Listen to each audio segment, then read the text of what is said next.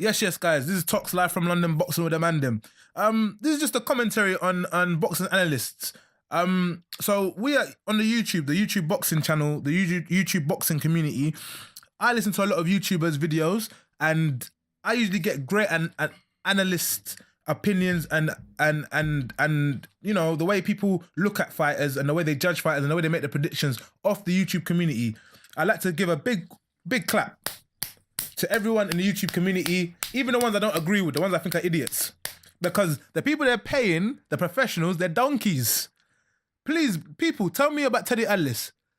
Who here thinks Teddy Atlas speaks sense on no, I'm talking about the real boxing fans. When you hear this guy speak on boxing, do you listen to the guy and think, that guy has some really sound opinions on, you know, the Pacquiao fight or the Lomachenko? That guy's a donkey.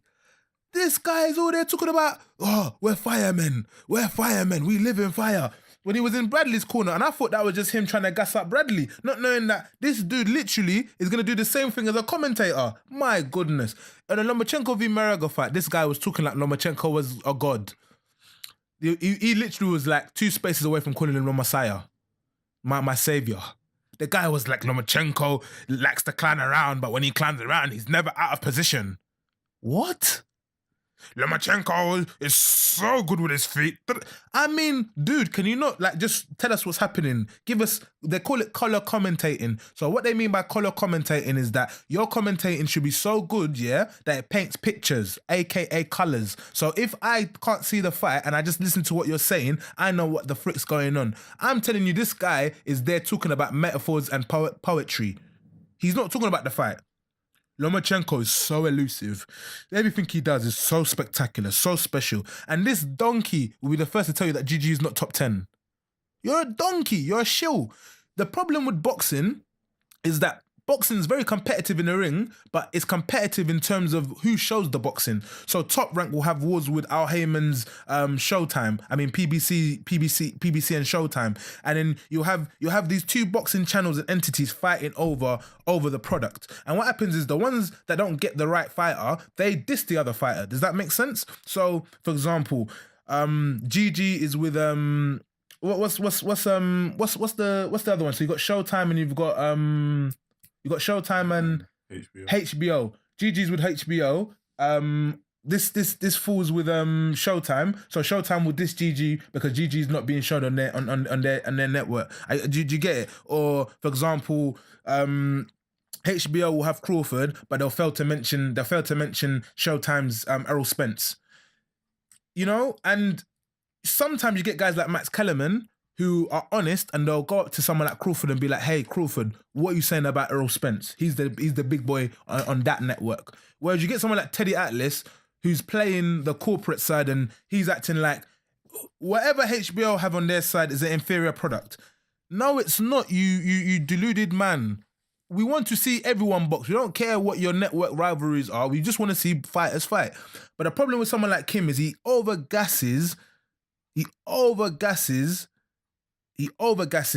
the people that he's working for. So if he's signed with Showtime fighters are the best. If he's signed with ESPN, whatever ESPN's shown is the best. This guy is like a prostitute for the boxing game. It's annoying. And you can see it through his commentary. He doesn't want to give no good boxers any good plug unless he's getting money from giving them a plug. Guys, when you watch boxing with a Mandem, the people that watch this channel, the audience, make sure that you keep following different commentaries on boxing to get a real view of what's going on, because someone like Teddy Atlas will lead you astray.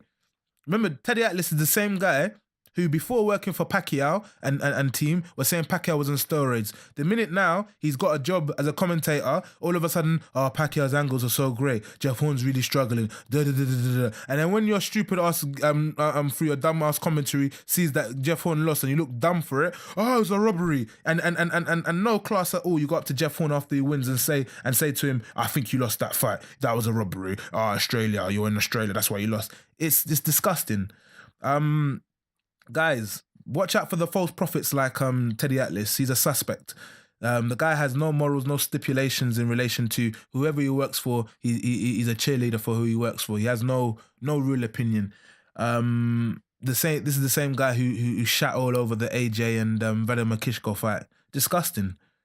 He's the type of guy who'll watch a boxing fight and he'll say, this is shit. Boxing's dying. Da, da, da, da, da. But you still are getting paid from commentary. Teddy Atlas, worst commentator in boxing at the moment. Worst. Guys, everyone on the Boxing with the Mandem channel, leave behind your messages with guys who you think are worse than Teddy Atlas in terms of boxing commentary. And I know one of you lot are gonna do that dead joke and try and say you, try and say you Tox, but I don't care. Put whoever you think it is. If you think it's me, put it me. But if you think it's someone else, put them. This is Tox live from London, Boxing with the Mandem. I'm out.